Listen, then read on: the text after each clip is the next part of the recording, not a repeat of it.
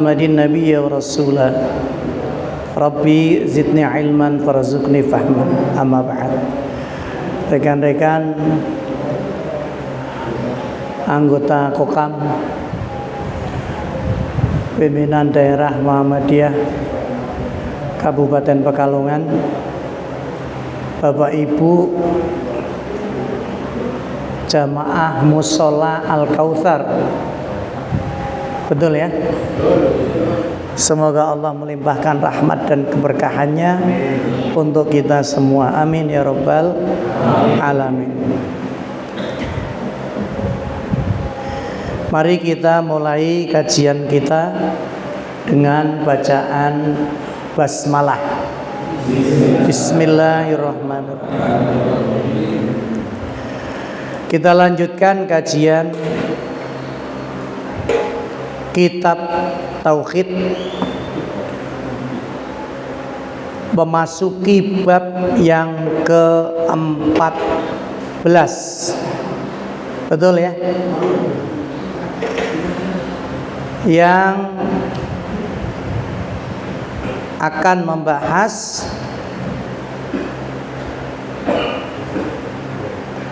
masalah istighosah kepada selain Allah. Jadi ada dari zaman dulu sampai dengan hari ini di kalangan umat Islam yang ketika melakukan istighosah itu kepada selain Allah Subhanahu wa ta'ala. Dari zaman dulu sampai sekarang hal itu masih ada ya. Tapi untuk lebih jelasnya kita harus lebih dulu mengetahui pengertian istighosah ya, pengertian daripada istighosah, karena bab ini akan membahas itu. Maka sebaiknya kita memahami terlebih dahulu apa itu istighosah. Kalau pembahasannya itu minas syirki ayyastaghits bi ghairillah ya, au yad'u ghairu ya. Artinya termasuk dari salah satu bentuk perbuatan syirik adalah istighosah kepada selain Allah atau berdoa mintanya kepada selain Allah ya. Lah kira-kira seperti apa? Nanti kita sampaikan banyak sekali contohnya yang terjadi di tengah masyarakat kita ya. Silakan diperhatikan fotokopian materi yang sudah di tangan masing-masing ya. Syekh Muhammad bin Abdul Wahhab di dalam menulis kitab At-Tauhid menempatkan hal ini pada bab yang ke-14 ya. Dan mengawalinya dengan firman Allah dalam bentuk larangan. La tad'u min dunillah. Artinya apa? Dan jangan kamu berdoa memohon kepada selain Allah. Ya, kepada selain Allah itu macam-macam bentuknya. Ya. Tapi intinya berdoa kepada selain Allah itu dilarang. Ya, dan juga ya. Siap. Dilarang. Termasuk kok berdoa kepada Nabi. Boleh enggak? Enggak boleh. Loh, tapi itu Nabi kita. Iya. Karena Nabi pun masih berdoa kepada Allah. Coba, salah satu doa Nabi apa? Yang diajarkan kepada kita agar kita terhindar dari kesyirikan. Allahumma inni a'udzubika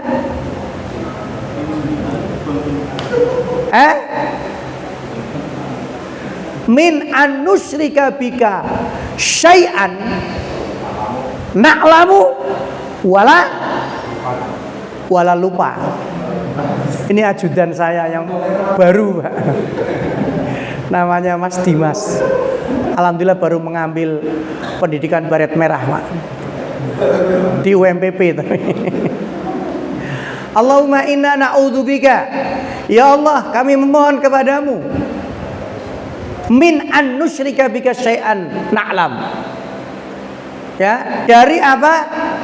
Perilaku kesyirikan yang kami tahu itu syirik, tapi kadang masih dilakukan.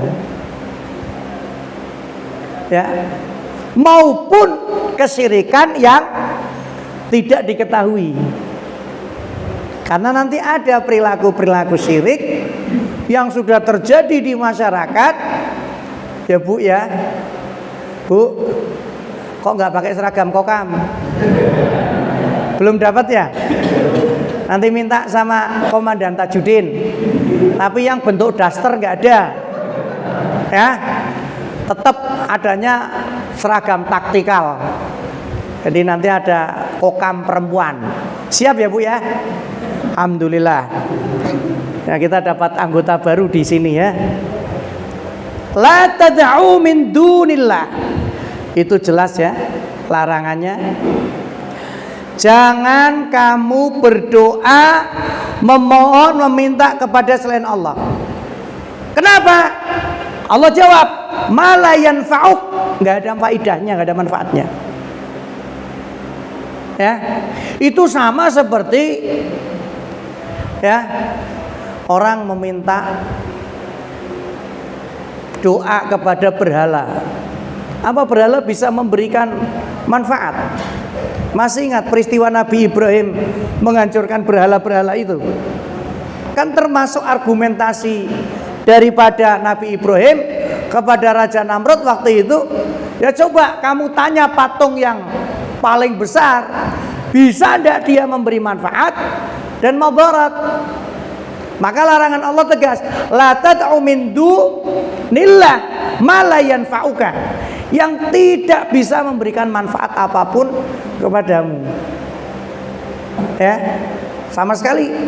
Kemudian apa? Wala yadurruka, dia tidak juga dapat mendatangkan bahaya.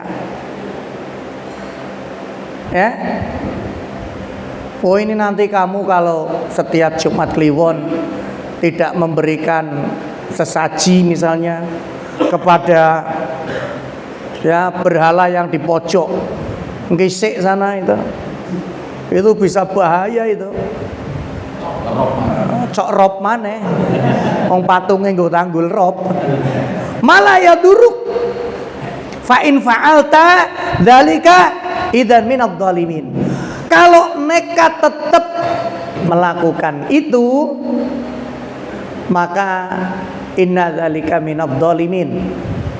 Sesungguhnya itu adalah perbuatan yang zalim. Kenapa? Karena di dalam firman-Nya Allah mengatakan inna syirka la dzulmun adzim. Itu sudah paten, tidak bisa dirubah, bahwa kesyirikan itu bentuk kedzaliman terbesar. Kenapa? Yang ngasih rizki Allah, yang menghidupkan Allah, yang memberi jodoh Allah, yang memberi pasangan. Kenapa nggak nyembah Allah? Kenapa nggak minta Allah? Kenapa mintanya selain Allah? Maka fa inna syirka la dzulmun adzim, ya. Inna dzalika la minadh dhalimin. Ya. Jadi istighosah itu lebih khusus daripada meminta. Ada yang lebih daripada itu. Ya. Nah, maka Allah bertanya. Ini pertanyaan Allah untuk orang-orang yang tidak mau menyembah kepada Allah. Bentuk pertanyaannya seperti apa? Bentuk pertanyaannya jelas. Coba perhatikan tuh ayat berikutnya yang terdapat di dalam surat Al-Ankabut. Ya.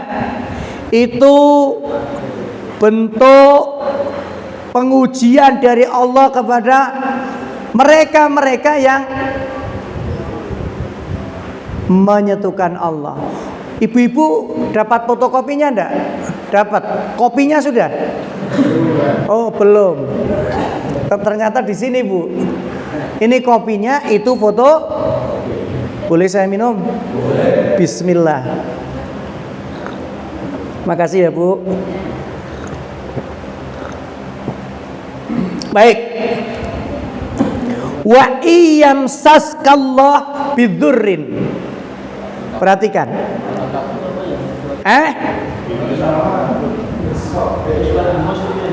Kenapa? Surat Yunus dan tadi ajudan salah memberikan informasi. Baret merah.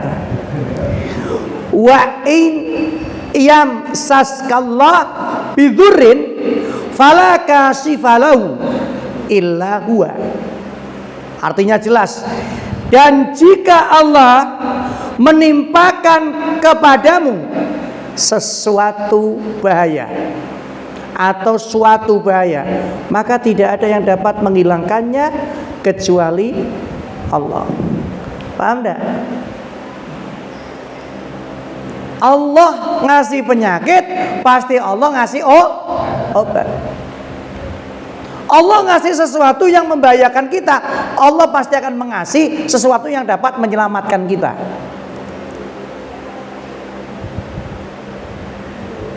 Maka jangan ragu keyakinan kita, keimanan kita akan hal itu. Allah ngasih kita kehidupan, Allah pasti ngasih rizkinya. Betul apa tidak? Coba saya tanya, ada nggak kokam yang masih mikir, ya nanti saya bagaimana, besok makan apa? Ada nggak? Makanya ngaji tauhid. Makanya ngaji tauhid. Iya. Sebab ketika kita ragu dengan rezeki kita, itu tanda ada masalah pada iman kita. Ya. Kita ragu dengan nanti siapa jodoh kita, itu ada masalah dengan iman kita. Ya, tenang, kayak Dan Edi itu tenang. Iya, lu Dan Edi itu ketika ada masalah tenang dan biasa. Nanti juga dapat gantinya. Lu bener. Bener kan Dan? Betul. Itu kan luar biasa. Itu level ya yang punya kekuatan, keyakinan, iman yang tangguh. Bu, ibu punya anak perempuan? Ibu punya anak perempuan? Masih perawan, belum nikah? Yang belum nikah ada? Utuh. Ya cilik, Bu. Ada, Bu? Ada yang belum nikah? Jenengan pernah mikir mumet nanti jodohnya bagaimana, pernah? Enggak kan? Itu tandanya ibu punya keyakinan. Setiap manusia yang Allah ciptakan berpasang-pasangan. Ibu enggak usah cari yang jauh-jauh. Ini kokam nanti ada yang jomblo. Oke, Bu? Iya. Ya jomblo itu artinya di sini ada yang masih bujang, ada yang duda. Lah tinggal panjenengan siapkan sesuai dengan ya pasangannya, kan begitu. Atau termasuk yang ngaji di sini ada yang janda juga. Ada. Semuanya. Ini namanya veteran dan ya mudah-mudahan ya, ketemu jodohnya. Tapi faktor keyakinan itu sangat menentukan, ya. Sehingga ketika Allah bertanya, ya, jika Allah menimpakan kepadamu suatu bahaya, pasti tidak ada yang akan dapat menyelamatkan kecuali Allah. Dan jika Allah mengendaki kebaikan, nggak ada yang bisa nolak. Kita kadang-kadang malah yang pusing kita. Orang begitu kok jodohnya begitu. Iya kan? Ya enggak? Ya enggak? Kenapa muncul pertanyaan itu? Itu kita sudah menganggap tidak adanya peranan Allah. Wong jodoh itu sudah ditentukan oleh Allah. Ya. Yang satu seakan-akan mendapat berkah, yang satu seperti ketiban musibah. Loh, Allah sudah menentukan kok. Kenapa tidak? Ada yang prosesnya harus ya panjang muter sana ketemu nih tonggone dhewe. Ya enggak? Itu karena peranan Allah. Maka jangan ragu. Ya. Sehingga meminta itu mintalah kepada Allah. Wa iyuridka bi khairin fala zadal li fadli yusibu bima yasha' min ibadi wa huwal ghafurur rahim. Ya. Dan jika Allah mengendaki kebaikan, maka tidak ada yang dapat menolak. Ya, Allah memberikan kebaikan itu kepada siapa yang dikehendaki, ya. Di antara hamba-hamba Allah. Allah yang Maha Pengampun. Ini jelas wujud nyata, ya, adanya orang-orang yang apa? Yang masih meminta, baik itu meminta rezeki, meminta jodoh, meminta perlindungan kepada selain Allah, ya. Dan perhatikan apa yang disebutkan oleh Imam At-Tabrani. Perhatikan apa yang disebutkan oleh Imam Tabrani, ya. Pernah pada zaman Rasulullah ada orang munafik yang selalu menyakiti orang-orang mukmin. Ini dari dulu sampai sekarang, sampai kiamat. Ya namanya munafik, kafir itu pasti, ya, mereka akan menyakiti orang-orang mukmin. Ya, karena kafir, munafik itu akan bersekongkol. Ya, mereka selalu menyakiti orang mukmin. Maka salah seorang di antara orang mukmin berkata, "Mari kita sama-sama memohon perlindungan kepada Rasulullah supaya dihindarkan dari tindakan buruk orang munafik." Ketika itu Rasulullah malah menjawab. Waktu itu Rasulullah masih hidup.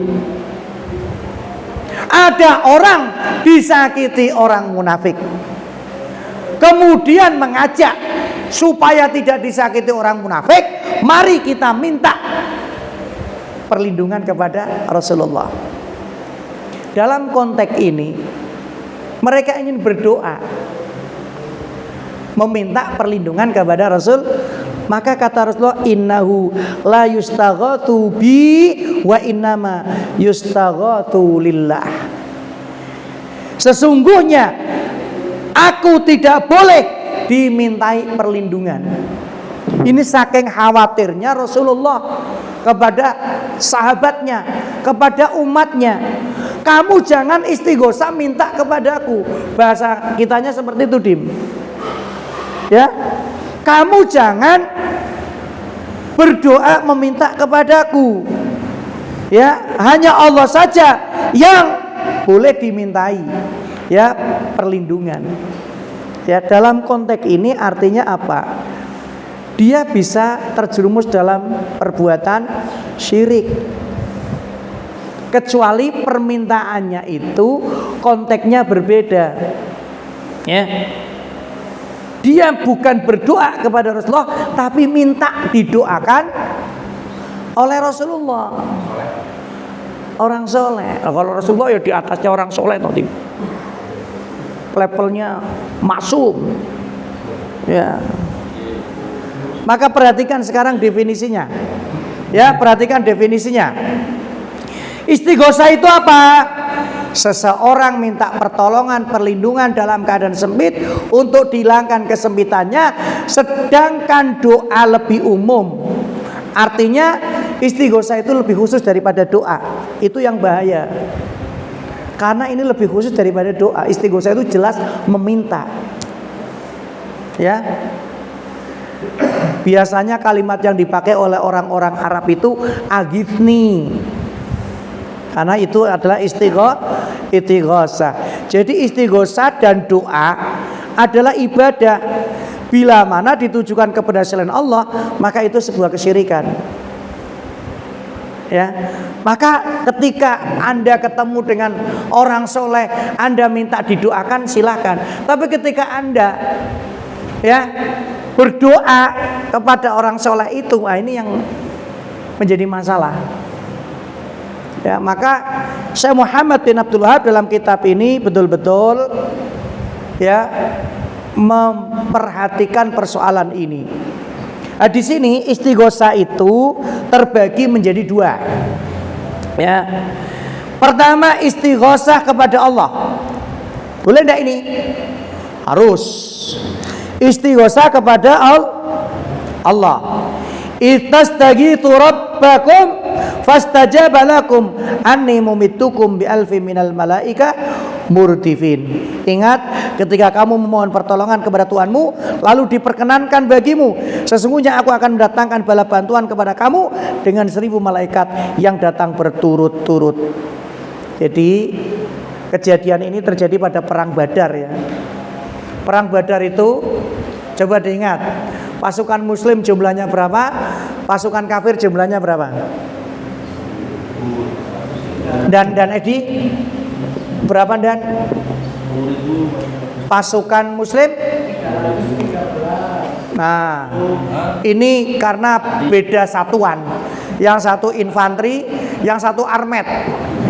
Jadi beda ngitungnya ya. Armet arang-arang medang. Pasukan muslim itu 313. Lawannya berapa? Ambil 1000. Apa yang terjadi? Yang menang siapa? Yang menang siapa? Muslim. Kenapa? Karena di saat mereka berperang, mereka masih menggantungkan diri kepada Allah, berdoa, istighosah. Tapi nggak kayak sekarang, masuk perang sambil istighosah terus diawali dengan ini kan lama, nanti belum sambutan-sambutan. Itu dalam keadaan perang masih mengaitkan hatinya, batinnya, lahiriahnya.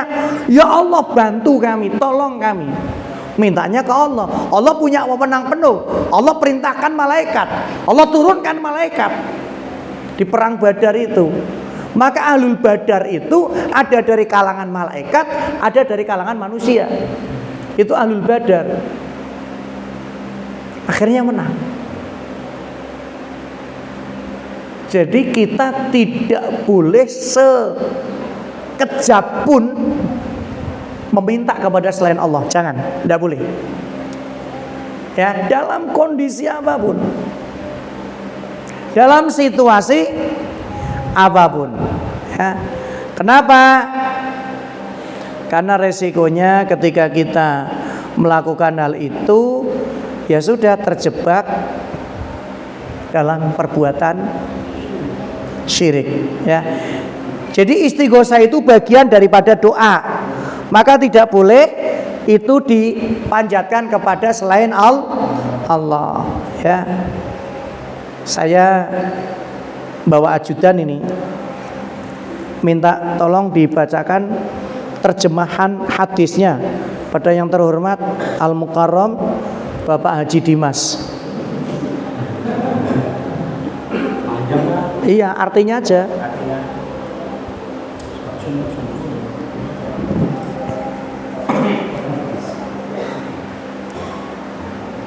Dalam hadis riwayat Bukhari dari Muslim disebutkan dari Anas bin Malik radhiyallahu anhu yang menuturkan, ada seorang memasuki masjid pada hari Jumat dari pintu yang menghadap Darul Fadlah atau rumah Umar bin atau saat itu Rasulullah SAW sedang berdiri menyampaikan khutbah.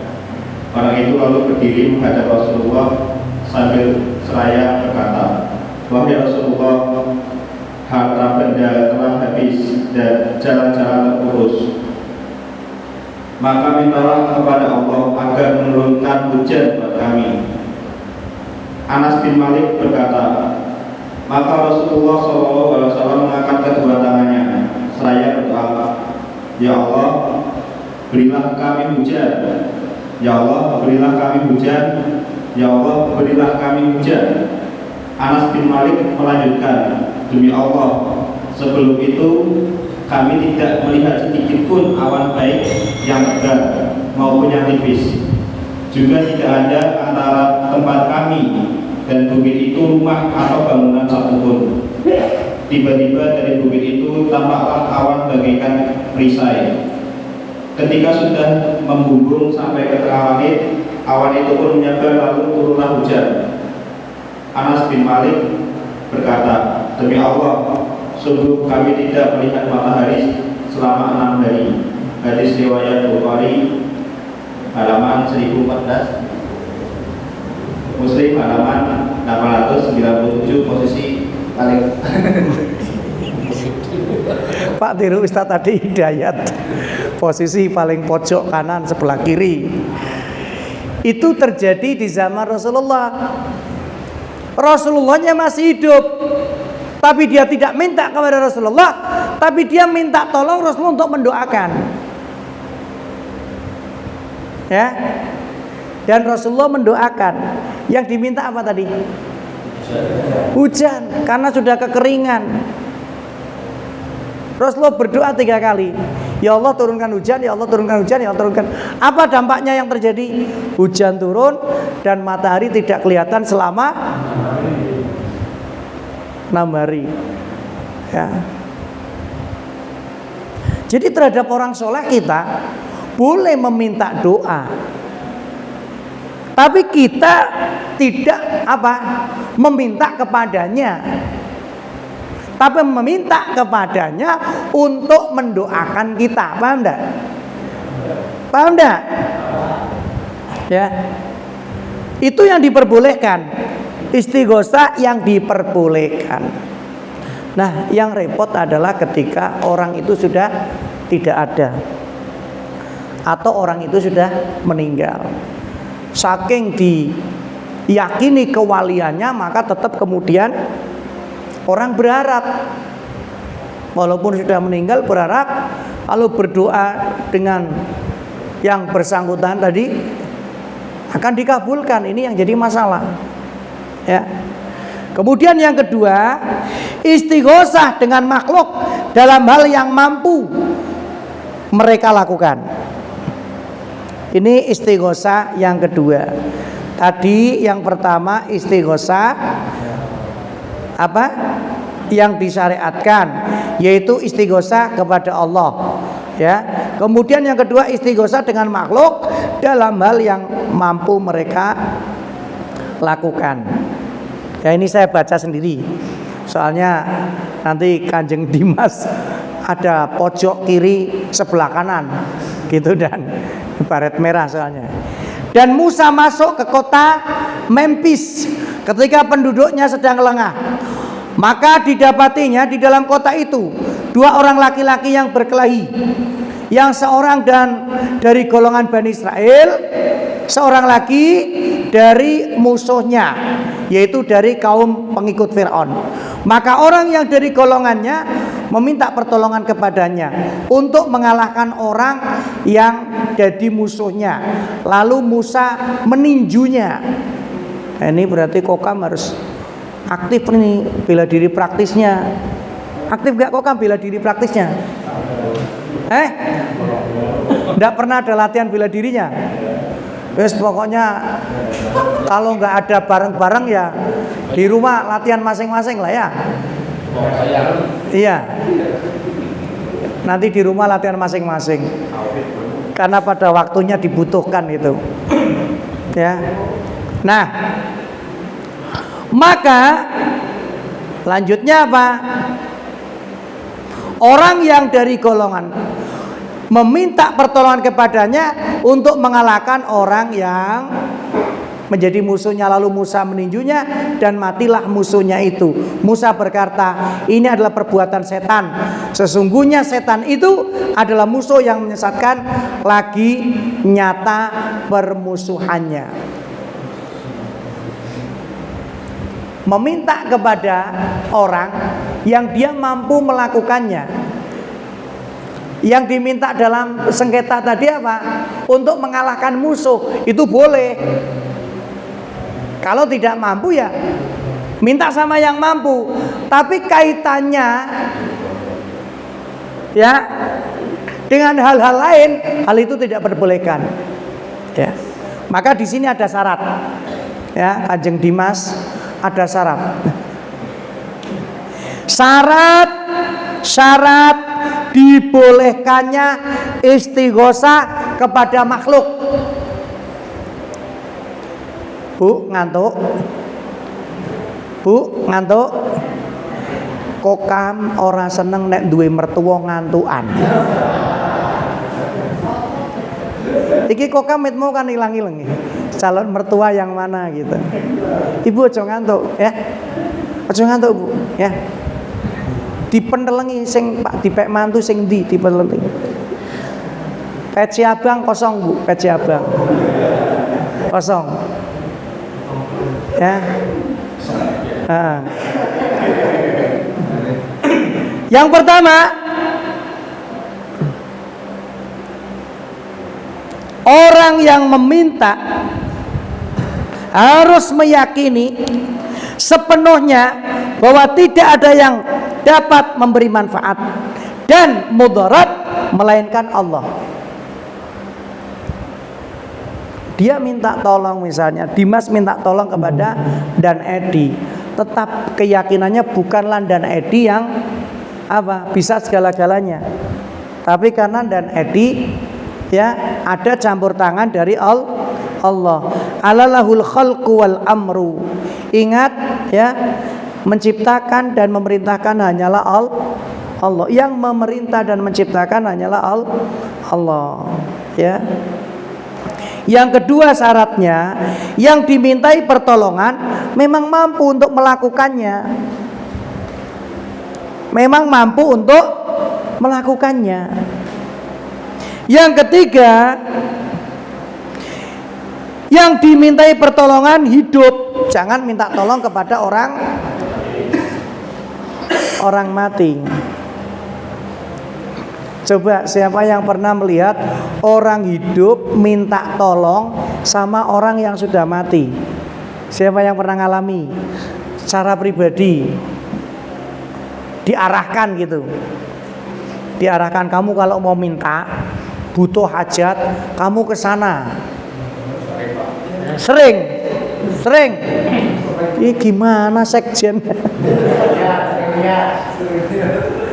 Bukan sering melakukan. Sering diarahkan. Sering lihat. Tapi sering dipengaruhi, diajak apa tidak? Enggak. Oh, yang ajak.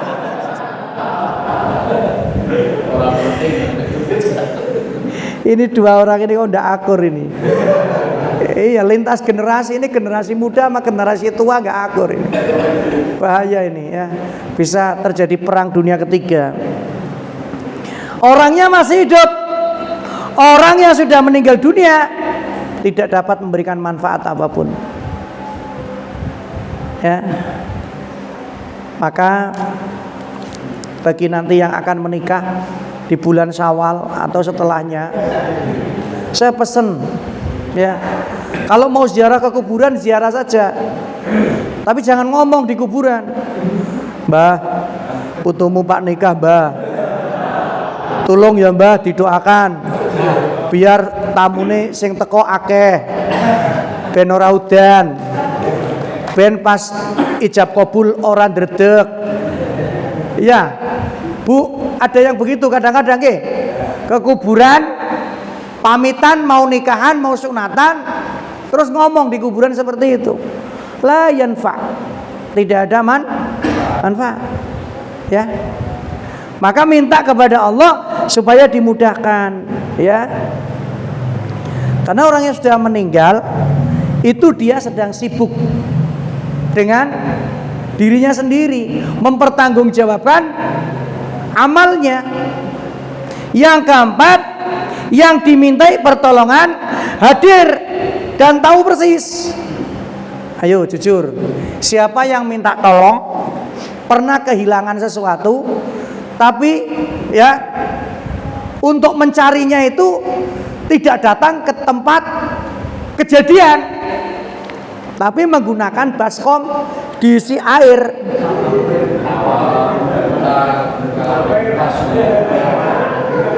Ada nggak kokam yang pernah begitu?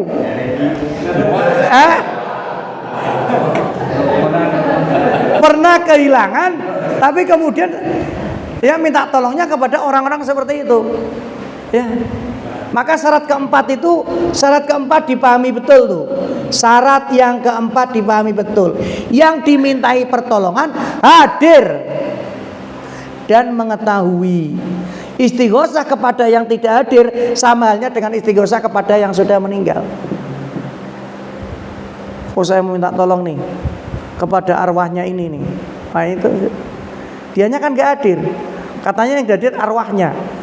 Lah kok ngerti arwahnya ada? Iya. Kedung 4.000 kan?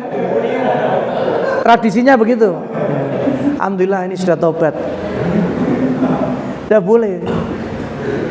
Ya, jadi istighosah itu ada syarat-syarat yang ketat. Ya.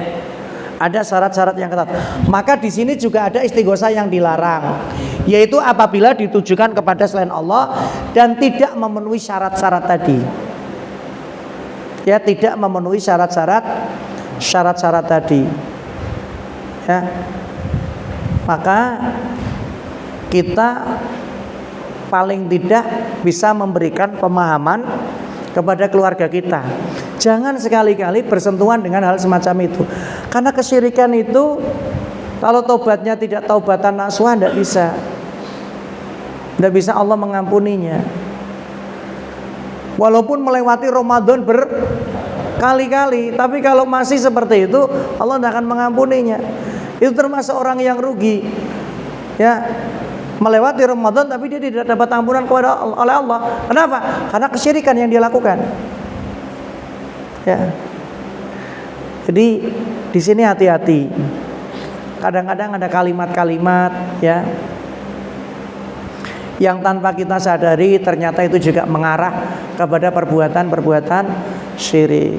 Ya. Kita minta ya Allah ya Allah saja. Jangan minta ya Allah ya Rasul ya Rasulullah. Ya, itu kalimat yang banyak di masyarakat. Tidak boleh. Ya Allah ya Rasulullah, turunkan hujan.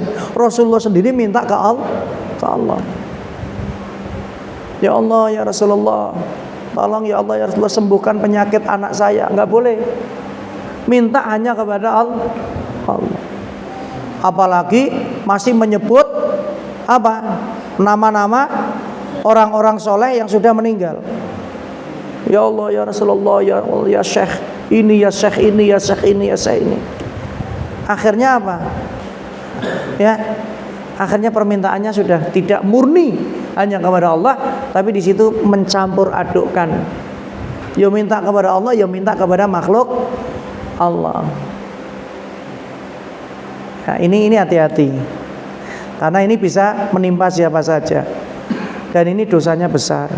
Termasuk dalam kategori kesyirikan. Maka naudzubillah min dzalik, ya. Kokam ketika ditugaskan dimanapun bergantung kepada Allah. Kokam dalam kondisi bersama-sama atau ya sendiri-sendiri, kemudian mendapat sesuatu yang berat, ya minta diringankan, mintanya kepada Allah, gitu. Kokam yang hatinya masih galau, minta sama Allah. Bu, ada kokam yang galau enggak kira-kira? Ada. Kok jenengan ngerti? Kok enggak dipilih mantu mesti nek sing galau-galau. Bu, saya secara pribadi mohon sama ibu ya, kalau cari mantu yang kokam aja ya. Ya Bu ya, nanti bisa ngubungi saya lah. Ini banyak insya Allah. Ya insya Allah. Ngajinya rutin, terawihnya masya Allah, 1 malam 1 juz. Ya terawihnya itu. Ya tadarusnya, puasanya ganteng-ganteng Bu. Ya ini kita perbaiki terus akidahnya supaya hidupnya ya semakin mantap menatap masa depan. Ya Bu ya. Pokoknya jangan khawatir kalau punya mantu kokam. Jangankan kok anak jenengan, negara ini yang jaga kokam Bu. Ya, insyaallah ya Bu ya. Oke ya Bu ya. Berbodoh sisan Bu ya. Oke, sampai di sini ada yang mau tanyakan? Itu paling belakang nanya. Ini ajudan nanti. Itu paling belakang. Bos material, ayo bos material. Bos material, silakan.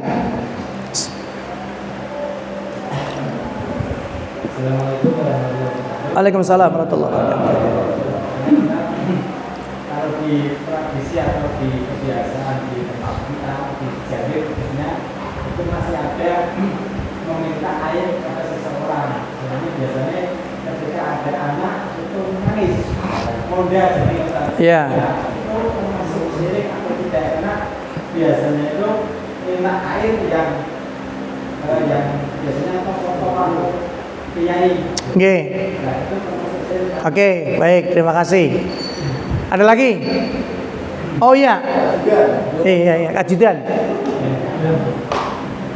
Segitu apa? Tadi kan boleh minta doa kepada orang yang soleh.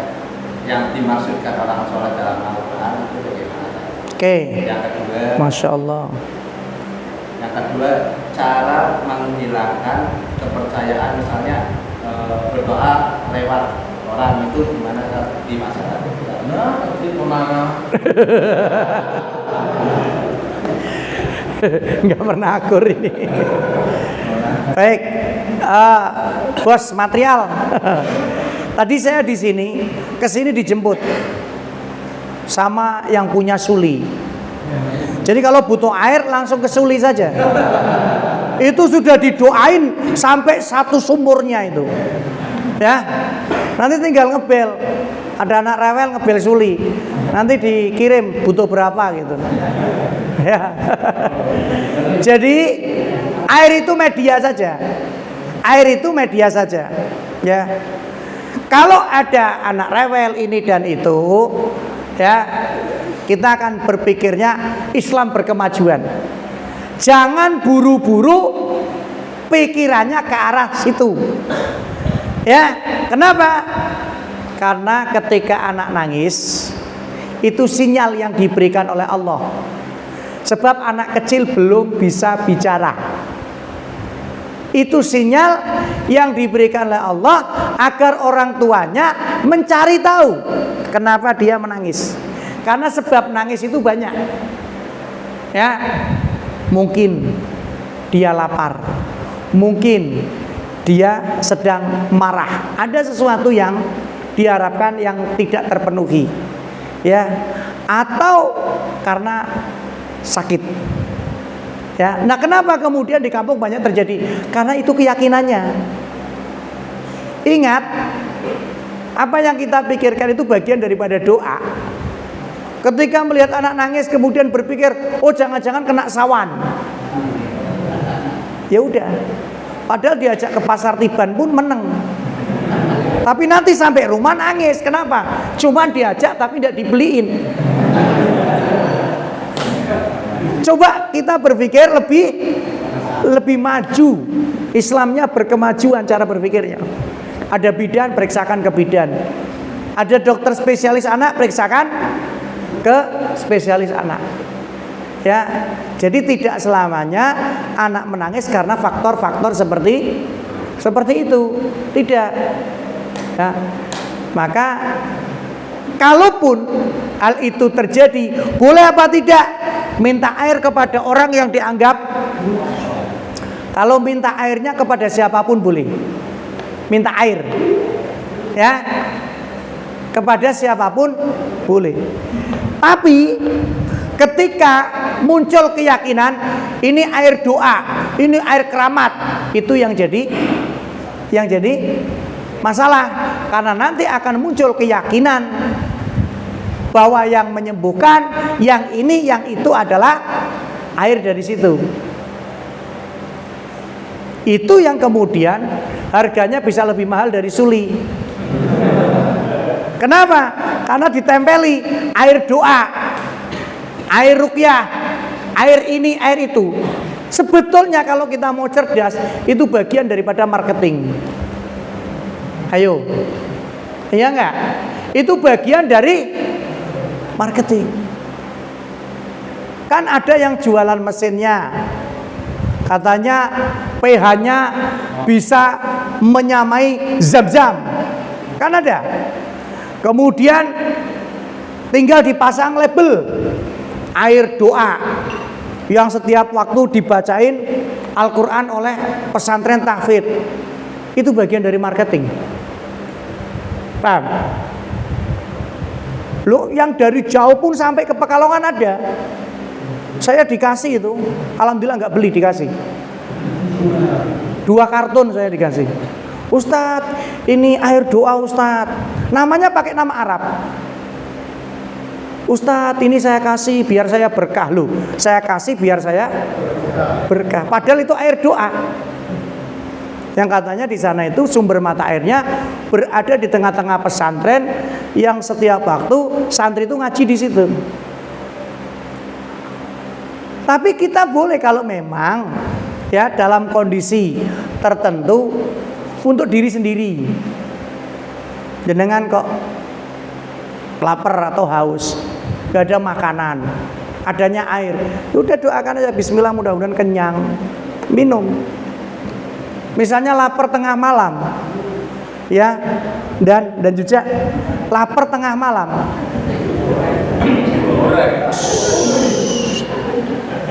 Ini nggak mau naik sego goreng, perutnya kan udah mulai tua. Ini yang belum ngajak ke sana itu dan soto maling dan layang ya, tol itu ke timur ya dan kan hafal. Kalau kemudian kita berdoa, kita doain, kita minum sendiri tidak masalah. Yang dikhawatirkan ketika orang minta, akhirnya keyakinannya orang inilah hebat, orang ini bisa buat air keramat. Ini yang bahaya. Ya. Maka kalau minta air saja boleh. Lah kalau suruh doa ya didoain aja, nanti diaminin. Tapi harus jelas yang dibaca. Ya. Yang dibaca ayat Quran ya silakan. Yang dibaca kok bukan ya bingung malah. Ya. Amin amin toh. Ya. Nah, kapan-kapan sendiri aja. Ya, tidak harus kepada orang-orang tertentu. Kenapa? Pengkultusan itu menjerumuskan kita ke dalam kesyirikan. Akhirnya menganggap oh kiai itu sakti, ustadz ini sakti dan sebagainya. Ya, kita tidak ada yang punya kesaktian. Ya, karena hari kesaktian Pancasila pun sudah bergeser tanggalnya. Iya kan? Begitu nggih, Bos, ya. Oke, itu ibu-ibu nanti minta baju kokam katanya bos. Kalau ngomongnya sama bos material kan langsung nanti. Bu, sudah tak sampaikan ya Bu ya. Daster kokam ya belum ada. Tadi tanya apa tadi yang pertama? Ya. Orang soleh itu Ya orang yang beriman. Secara kasat mata. Kalau secara kasat mata kita harus melihat kesehariannya, jangan melihat penampilannya. Ya. Allahu waliyul ladzina amanu yukhrijuhum minadh-dhulumati ilal nur. Ya. Orang yang sudah keluar dari kegelapan atas bimbingan Allah, orang sudah mengerjakan kewajiban-kewajiban yang dibebankan oleh Allah kepadanya, termasuk menghidupkan sunnah-sunnahnya. Orang soleh itu tidak dilihat dari namanya, tidak dilihat dari pakaiannya, tidak dilihat dari jenggotnya, tidak dilihat dari jidatnya. Ya. Orang soleh itu kita tahu kesehariannya. Waktunya sholat, gitu kan? Waktunya ngaji. Ya, kemudian dia tidak maksiat. Yang kita lihat zahirnya, tapi tidak sekilas. Tidak sekilas. Ada orang soleh, terkenal soleh, tapi waktu sholat ngajak ngobrol sampai waktu sholat berikutnya. Apa terus termasuk dianggap orang soleh seperti itu? Ada orang dianggap soleh, tamunya banyak dari mana-mana. Harinya hari Jumat, ya. Waktu sholat Jumat tiba, tamunya pada pamit mau sholat Jumat. Yang dianggap orang soleh malah tidak pamit untuk sholat Jumat, terus di situ. Yang lainnya ke masjid. Orang soleh ini ditanya, "Abah tidak sholat?" "Saya nanti sholatnya di Mekah." Apa itu orang soleh? Lah iya, apa itu orang soleh? Dilihat di situ. Ya, tidak pakaiannya yang pakai jubah, pakai sorban, tidak. Lihat, ya, kata-katanya bagaimana dengan perilakunya. Ya, maka untuk mengetahuinya ya harus dilihat betul, minimal 3 hari. Minimal 3 hari itu. Ya, kalau bisa mengamati bagaimana dengan sholat 5 waktunya. Ya, kita kan sering dikibuli itu. Ya, sholatnya di mana? Di Mekah gitu kan. Nah, kan begitu. Bisa hadir di 2 tempat. Ya kan? Bisa hadir di 2 tempat. Malam yang sama. Pernah di Karangdadap dan si Jambi bareng. Nah itu, ya. Itu hal semacam itu sudah khurafat.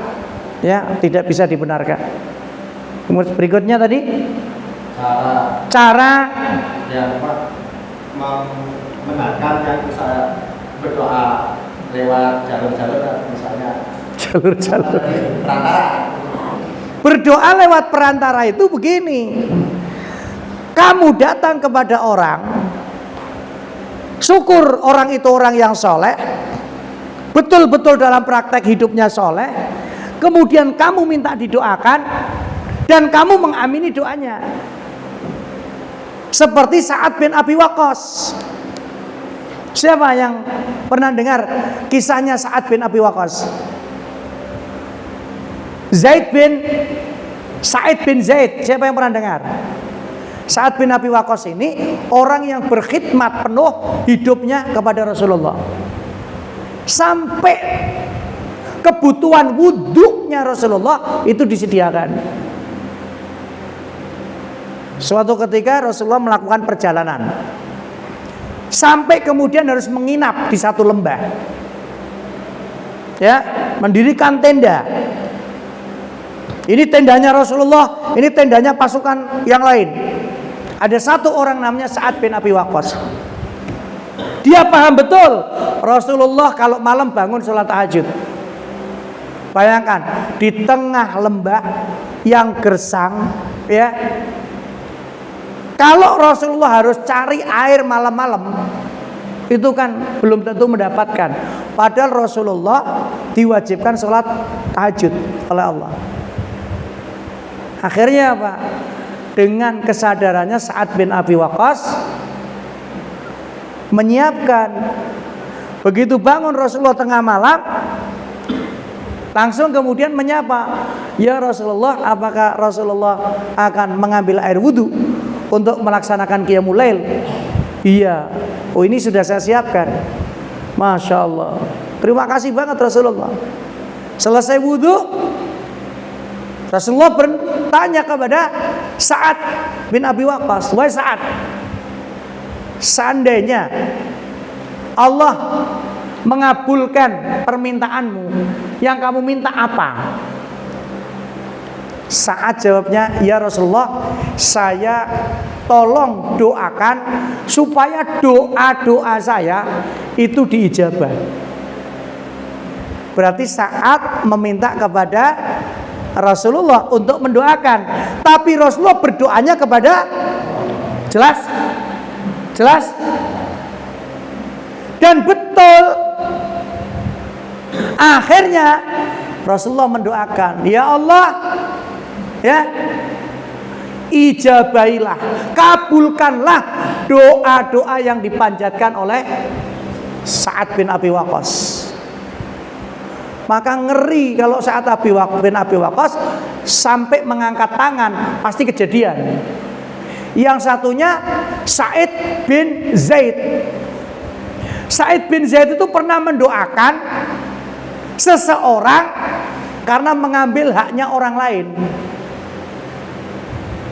Apa doanya? Semoga matanya buta dan semoga kecemplung sumur. Ngeri enggak? Enggak lama setelah peristiwa itu terjadi, kejadian. Itu Sa'id bin Zaid. Doanya Sa'id bin Zaid untuk wanita yang mengambil hak tetangganya. Ngerti Bu? Mengambil hak tetangganya. Kalau di kampung itu kan ada batas tanah, ada ris, digeser tengah wengi, digeser. Itu akhirnya Sa'id bin Zaid berdoa kepada Allah, "Ya Allah, butakan matanya dan masukkan dia ke dalam kejadian mati." Makanya Bu, ojo seneng geser ris ya, nggak boleh. Itu hak orang lain, nggak boleh. Ya, lah saat begitu, Sa'ad bin Abi Waqqas pernah mendapati khalifah akan memberikan takzir kepada wanita. Jadi dulu itu kan tidak ada mobil, wanita laki-laki naiknya kuda. Ya, wanita laki-laki naiknya kuda. Pada masa kekhalifahan Umar, ada seorang wanita yang naik kuda. Sudah pakaian tertutup, pakai abaya. Tapi karena kencengnya angin berembus, abayanya tersingkap. Ya ada juga ya. Kan ada orang naik motor terus, ya Bu ya. Karena angin kencang. Aturan yang berlaku di kekhalifahan itu, siapapun yang menampakkan aurat di depan umum harus dikenai hukuman takzir. Takzir itu bisa berupa denda, bisa berupa cambuk dan penjara. Dan Khalifah Umar waktu itu menyiapkan cambuk dari rotan, siap untuk melaksanakan hukuman kepada wanita itu karena tersingkap abayanya, bajunya. Dianggap dia mempertontonkan aurat di depan umum. Sa'ad bin Abi Waqqas ngerti. Maka ketika akan dilaksanakan hukuman itu, Sa'ad bin Abi Waqqas mencegah Umar, "Jangan Umar. Wanita itu tidak salah." Kenapa? Karena dia tidak sengaja. Itu aurat terbuka karena adanya angin yang kencang.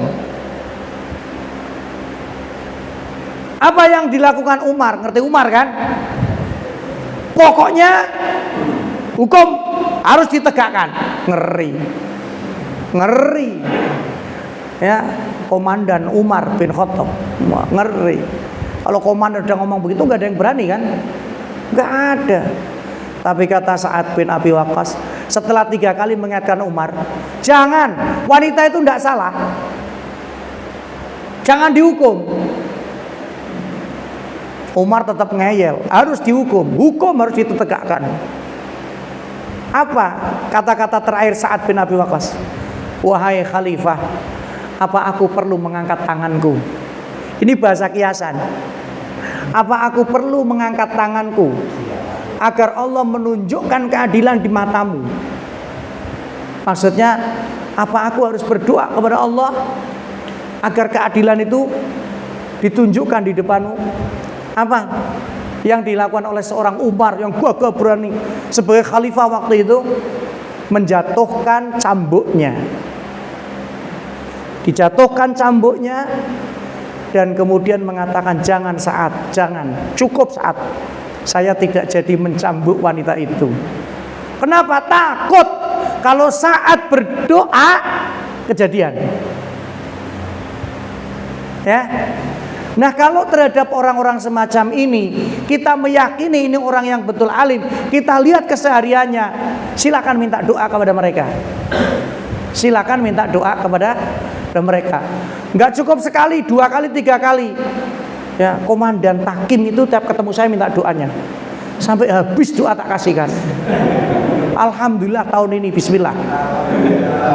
Iya, ini Lailatul Qadar pokoknya malam ini. Makanya kita antar anggota Kokam saling mendoakan. Ya, saling mendoakan.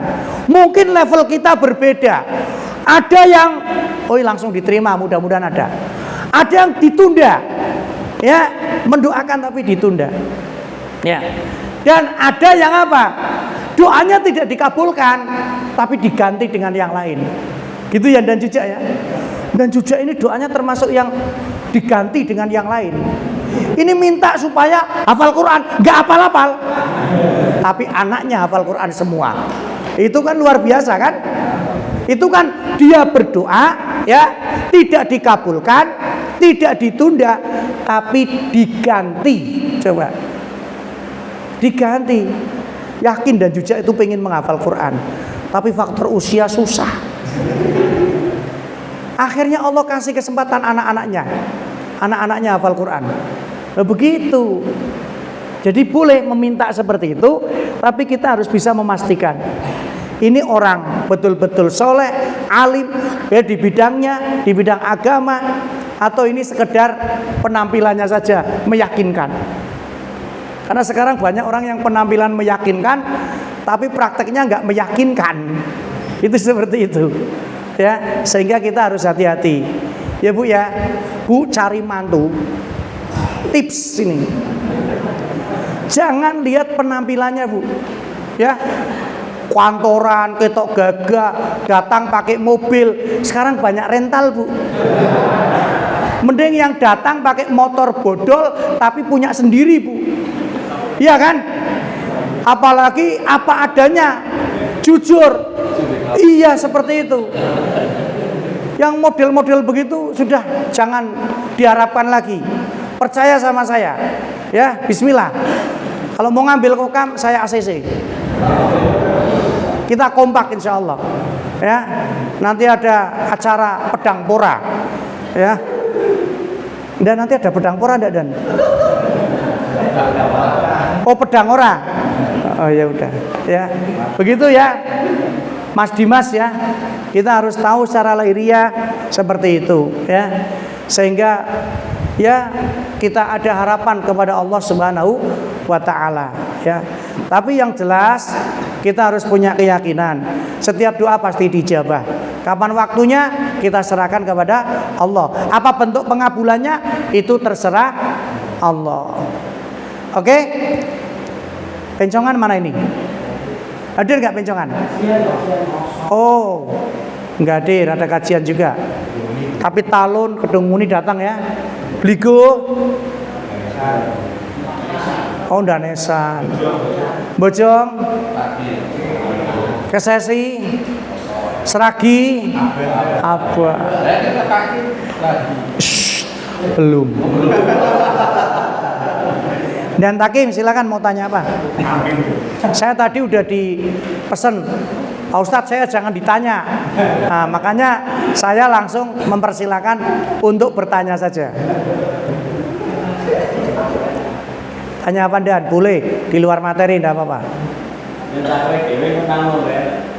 Oh, mau tanyanya nanti di rumah. Ya, itu materinya nanti ijab kabul. Ya. Sama doa Lailatul Qadar insyaallah. Saya turut bersukacita mendengar kabarnya ya. Iya, banyak nggak apa-apa. Bagaimana sikap kita ketika ada orang datang minta didoakan atau yang seperti tadi anaknya rewel dan minta dibuatkan air doa itu? Iya, baik. Sikap kita ketika ada orang yang meminta doa, ingat kalimatnya meminta doa, ya kita mendoakan, ya kan? Kalau orang itu minta doa, kita doakan. Kalau orang itu minta air, kita kasih air. Kita tanya, teh, es teh, susu, apa kopi? Ya kan? Kalau air itu mintanya air doa, doakan, tapi ditunjukkan caranya berdoa. Ditunjukkan caranya berdoa supaya tidak terjadi fitnah. Oh, itu yang dibaca apa itu? Itu jambi-jambinya apa itu? Ya, itu mantra-mantranya apa? Tunjukkan. Kita baca ayat kursi misalnya, tunjukkan dengan suara yang keras. Allahu la ilaha illa huwal hayyul qayyum. Bacakan. Tidak apa-apa. Atau dia yang membacakan, atau baca bareng-bareng. Tidak apa-apa. Kenapa? Yang sering al-ikhlas. Qul huwallahu ahad. Karena itu biar cepat ya. Dan mungkin hafalnya itu ya tidak apa-apa. Tapi kalau ada orang minta, juga dikasih penjelasan bahwa kita mintanya kepada Allah yang menentukan ya sembuh dan tidaknya adalah Allah. Ini hanya bagian daripada usaha. Karena kita diperintahkan oleh Allah untuk berusaha. Rata-rata sembuh. Kenapa? Karena faktor sugesti. Karena faktor sugesti. Kenapa? Halal. Dikasih uang diterima halal. Kenapa? Tidak apa-apa. Mesti Pak buka praktek. Ya tidak apa-apa wong dikasih. Tapi kalau bisa lihat kondisi orangnya. Kalau orangnya masih membutuhkan, ya kemudian sampaikan, ini saya terima dan saya kembalikan lagi untuk ibu, untuk kebutuhan anak ibu, ya, untuk beli obat dan lain sebagainya, ya. Karena itu bagian daripada muasyarah. Di tengah masyarakat kan seperti itu, ya. Asal jangan seperti kemarin nih, ada cerita. Ada teman, ya teman lah. Ini apa ini namanya apa? Namanya apa di sini? Jambe ya. Itu agak ke sana. Ke sana namanya apa itu? Yes, pokoknya di sana. Ada teman saya punya anak kecil. Kerjanya di Unikal. Itu ketika anaknya nangis pasti dipanggilkan ustadz itu. Dipanggilkan ustadz itu. Kemudian dibacakan. Kemudian diem. Ya, karena memang sudah capek nangisnya kan. Lah nunggu dibacain kan lama kan. Oh, udahlah, gantian ada suara dia. Kejadian itu berulang. Kejadian lagi, manggil lagi. Kejadian lagi, panggil lagi. Sampai suatu ketika anak itu udah besar. Anak itu sudah besar, ketemu sama ustadznya, ketemu sama orang tuanya, saling sapa. Akhirnya si ustadz bertanya, Bu, oh ini dulu yang anak ibu yang sering saya ruqyah ya? Iya Pak Ustadz. Lah gimana kok sekarang sudah ndak manggil lagi?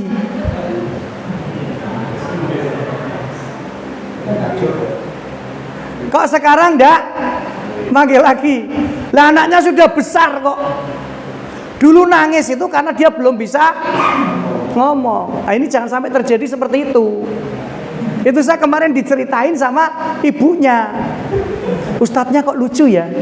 Pertanyaannya kok begitu? Iya. Ya kan harusnya kan, oh alhamdulillah ya. Sekarang sudah nggak rewel kan, itu enak didengar ya. Kok sekarang nggak manggil lagi, Bu? Ya. Nah, saya tanya akhirnya, Bu, lah emang dulu sering manggil? Iya Pak, lah kami orang awam nggak ngerti apa-apa gitu. Ya secara pendidikan bagus dia, sarjana kesehatan, tapi agamanya kan tidak sesuai dengan ya apa namanya titel gelarnya kan. Akhirnya begitu, setiap nangis manggil, setiap nangis manggil. Dan setiap manggil kan pasti ada itu kan begitu. Nah, akhirnya itu menjadi semacam harapan gitu. Harapan kok nggak manggil lagi nih gitu. Harapan sebisa Ustaz. Iya. Kok ngerti ya? Jangan-jangan di sana juga sering dipanggil ya. Iya. Jadi gitu ya. Kalau kita diminta, ya itu hak antar sesama muslim. Ada yang minta doakan, ya kita doakan. Ya, ada yang butuh air, ya kita kasih air gitu. Ya, minta air yang didoakan ya kita kasih. Tapi kita betul-betul jaga dan berikan pemahaman kepada dia. Karena ini persoalan akidah. Sedikit saja terjadi penyimpangan selesai. Terjerumus ke dalam kesyirikan. Apalagi ditambah bumbu macam-macam. Mas, ini jangan sampai dibuang ya.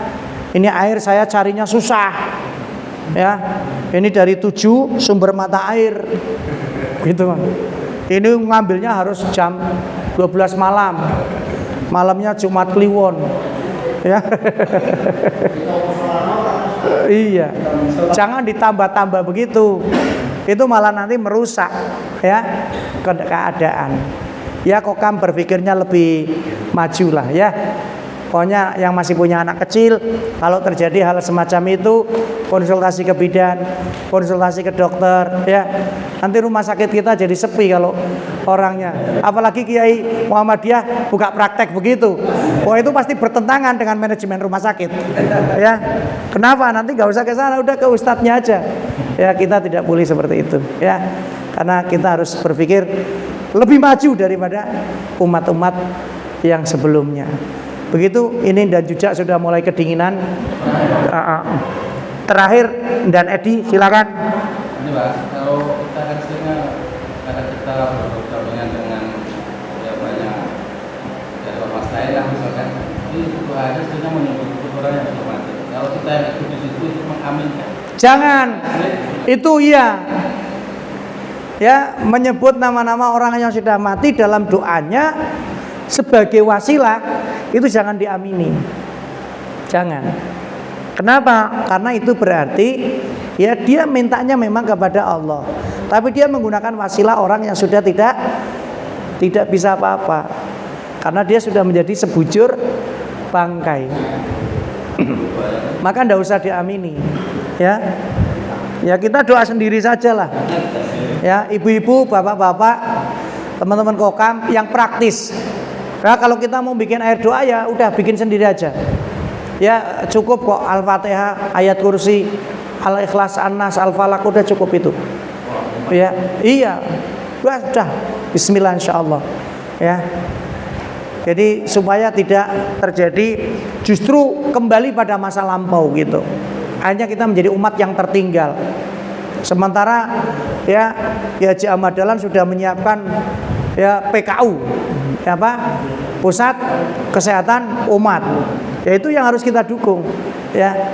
Toh di situ juga ada rohaniawan yang mendoakan kan begitu. Gitu ya.